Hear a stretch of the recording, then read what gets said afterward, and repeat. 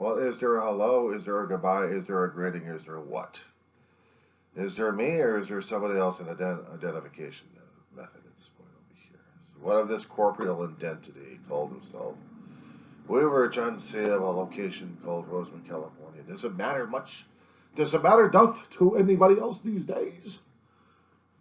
Yes, you see, a person has gone mad because he is analyzing and psychoanalyzing both the human spirit, literature, life itself, and everything thrown at them at the same time, or possibly any logical rules or regulations out the window.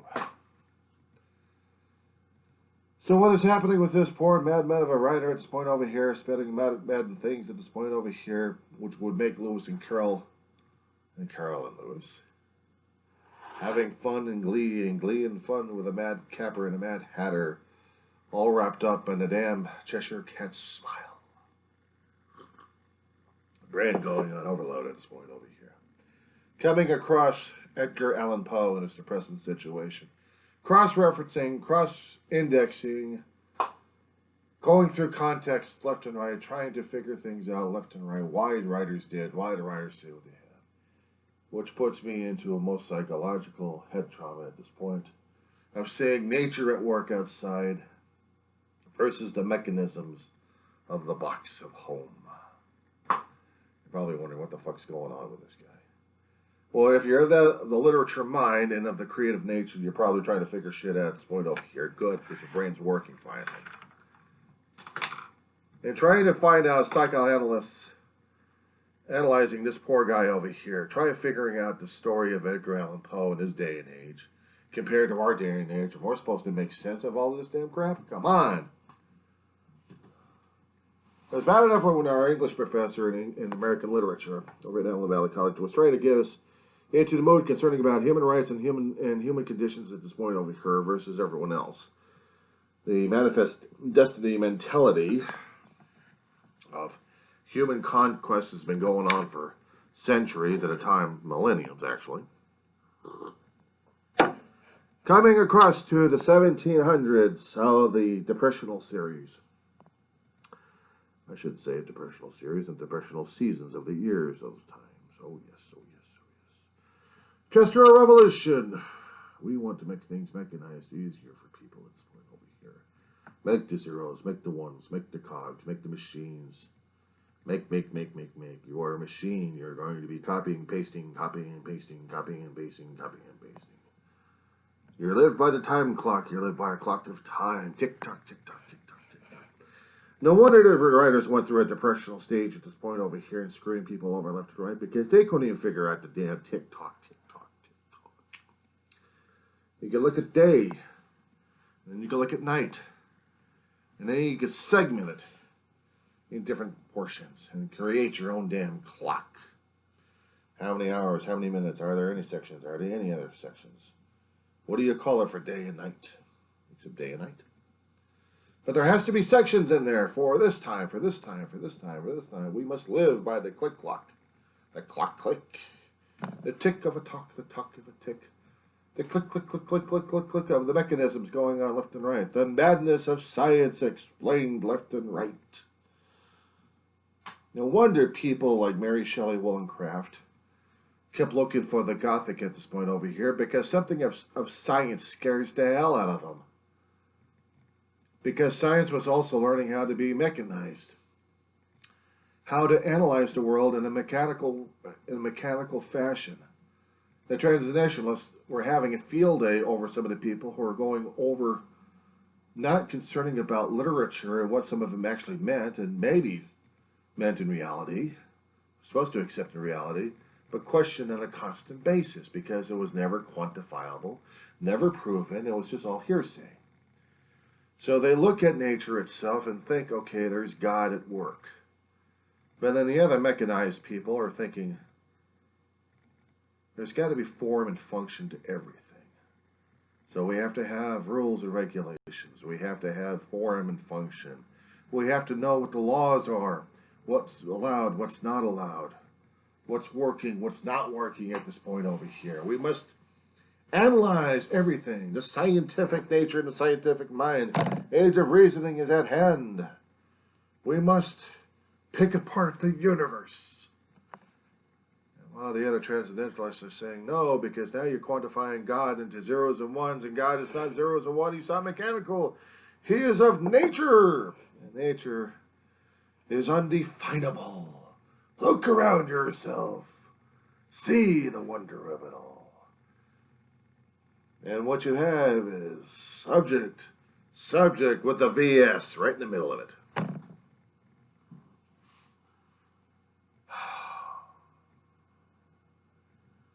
The thing that we try to tell and teach our students, what we teach and tell our kids growing up, is how we're supposed to be living life and how life is supposed to be lived. And how sometimes reality kicks in and throws everything else out the window. We want things mechanical, analytical, functional, predictable. Because it's easier for us to deal with. We can deal with form and function. We're now programmed, but we're supposed to be thinking, quote unquote, out of a box. Well, think the thing geometrically, mathematically. There are numerous boxes upon numerous boxes upon numerous boxes.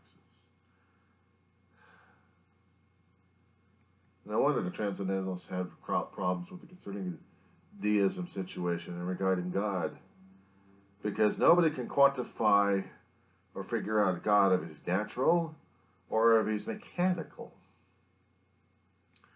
If he's a spirit, then he's got to be natural, and therefore it defines all mechanical difficulties. A flat piece of paper cannot analyze a damn ball without tearing the damn thing apart left and right, unless the ball happens to take the flat piece of paper, floats him above the universe, and gives him a different mathematical or a metaphysical examination of everything, and then the analysis of everything and trying to put it into context is going to be hard as hell, because the level of conscience is raised to a point. What the transcendentalist writers are trying to tell the mechanicals at this point over here, wanted things easier, fast produced, mass produced.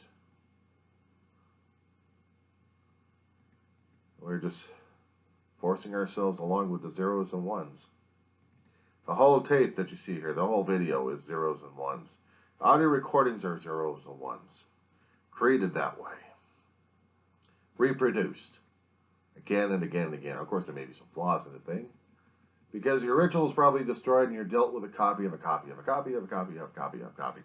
And there's usually laws and regulations somewhere hidden in nature of saying anything copied that badly is usually turning into something different other than the original copy. But there is no original copy, because there wasn't any original copy of a copy of a copy. It was just original. And everything else is trying to copy from the original. But there's always subtle differences that life throws into it. And therefore, anything concerning about the zeros and ones usually have an aberration. A 2 stuck in there. How can that be? Something involves with the cogs. How does it deal and how does it feel and how does it relate with Poe and Nathaniel Hawthorne and Ralph Waldo Emerson, Henry Melville, Mary Shelley Wollstonecraft? Writers of different locations, different places, but within the same time period of the late 1700s through the 1800s, they grew and learned and wrote and challenged and argued in their own ways, in their own fashion. Science is wonderful in trying to explain a few things left and right that the logical brain can think about. However, there are still certain mysteries out there that scare the hell out of people, and they would consider it something of a different nature for us not to touch. The metaphysical is one particular nature, one particular law, one particular realm.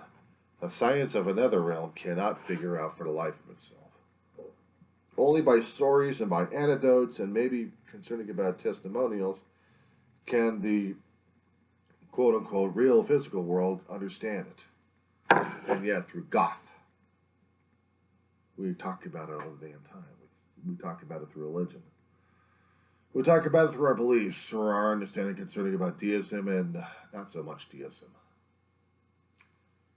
Is God of one world? Is he of one universe? Is he of one mind? And what is he? Can he be quantified? Can he be qualified? Can he be subject to gears and mechanisms, zeros and ones and zeros? Or is he a force of nature that people cannot understand and comprehend at this point over here? And what we are learning in English literature at this point over here is something scaring the hell out of some of these students because they're so used to science fiction at this point over here and in a fantasy. But do they have the analytical in them to understand this shit? Because they are still using the clicks and the gears installed into them a long time ago. We have to have them installed because we cannot figure out the world beyond us without the clicks and the gears inside of ourselves, inside of our own brains, the organizations of the neurons of electricity flowing through from synapse to synapse to synapse. If you look at it, they're all electrical chemical gears. Mind's still trying to figure things out, sorting things out. Tries to expand more and more room inside of its own gray cerebral to make sure that there's enough to understand and cope with what's happening with itself. Constant stimulation of caffeine to hurry up the damn process in order for the process to be working and making theoretical sound judgments and pronouncements that hopefully people can understand their pronunciations coming out of the mouth and not to mention coming out of the fingers at this point. The two basic communication methods we have these days, vocal and digital. Are we not getting it, boys and girls? Are we not understanding what's going on? I had an English professor kind of freaking me out a little bit because she didn't think that somebody would be taking creative writing routes to try to figure things out left and right.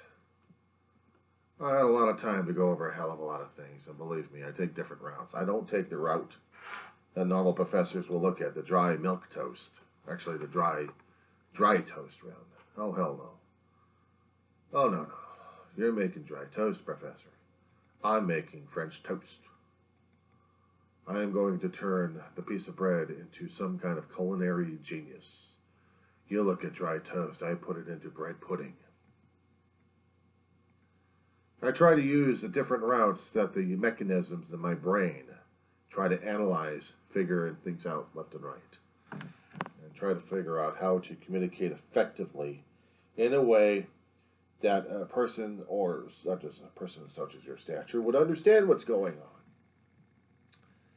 I have always been a creative person growing up as a kid. I had played with Legos. I played with dolls. But mostly with Legos, building stuff, being mechanically inclined. But the numbers always failed me because I was never a numbers man. I was always an idea man. Not shouting out to be like a damn salesperson. No. You had to build the damn thing to see what you're looking at. You had to build it in your head, and then you had to translate it into different pieces that you're searching for and come across with something you're like, well, I didn't realize that damn thing. Wow, let me get a picture of this. I freaked out my folks all the damn time. The guy as smart as you, how come you couldn't pass college? Maybe because I wasn't motivated enough. Not with the whip and chain, but maybe I didn't pick out the right damn classes that I should have. Challenge the professors and have the professors challenge me. And maybe I wasn't ready during that time, that I had to grow up in different certain circumstances to understand a lot of things I didn't know about. I should have. I mean, hell, they force you from preschool to kindergarten to grade school to junior high to high school, force feeding you the stuff to be regurgitated. Here's the thing. Where's the creativity? Where's the creativity? Okay, you write a story. You're supposed to be creative. Where are you supposed to be getting that creative gene? Where are you supposed to be learning it from? Learning it from. Learning creativity. Creativity is not learned. It is a gift. It is a talent. It is an instinct. It is something that is bestowed upon every individual to find that out one way or another. Either he writes it or he builds it. And these days, there's different ways of building out the creativity. Different ways to explore and expand upon the creativity. So imagine, Professor, in the times of great progress, and great trial and tribulations, and great struggle, primitive days of flintlocks and swords and musket powder. Hear that. Hear the noises of the nature around him.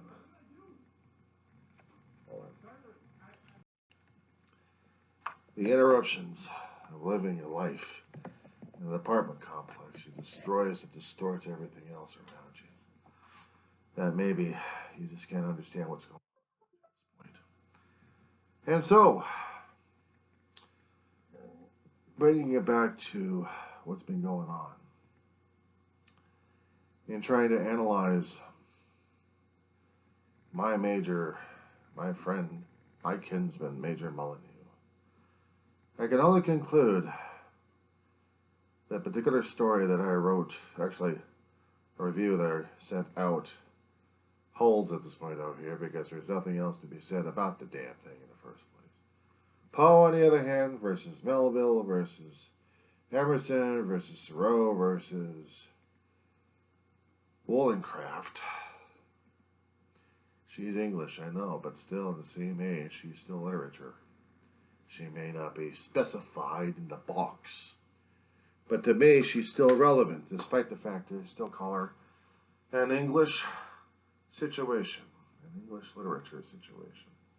Not this kid, because I'm still seeing the time period. I'm still putting it into a context of the point.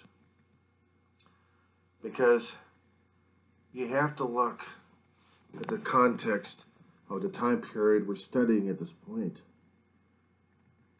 They've already been emerging out of the damn dark ages because the quote-unquote light of reason was barely shining and the world of exploration was still there. They still had basic needs and they needed to get those needs. And they visited different worlds and visited lands and different people.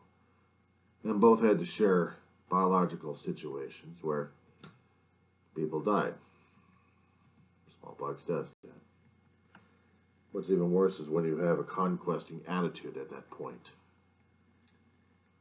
So now human rights are being affected at this point. But we still depended on the deism. We still depended upon organized religion, with spiritual beliefs we were all entrusted into because we had more in tune with the nature than we had with the tick-tock, tick-tock, tick-tock, tick-tock. Our own deities that we are subjected and bound to. Looking upon the clock on this video, it ticks and ticks and ticks because time is ticking away. Building upon more and more of the zeros and ones and zeros to increase the video, the tick-tock increases. It's not the worship, it's the actual mechanization of it. And yet, talk to a person outside who knows not what a clock is, or the tick-tock of a mechanism, or even what a sprocket is. But he looks at the tremulous clouds outside. He feels the cold rashness of the air and the everlasting drops of the water dancing across faces with the help of illustrious winds. And the temperature decreases, and the chill brings up the hairs even further.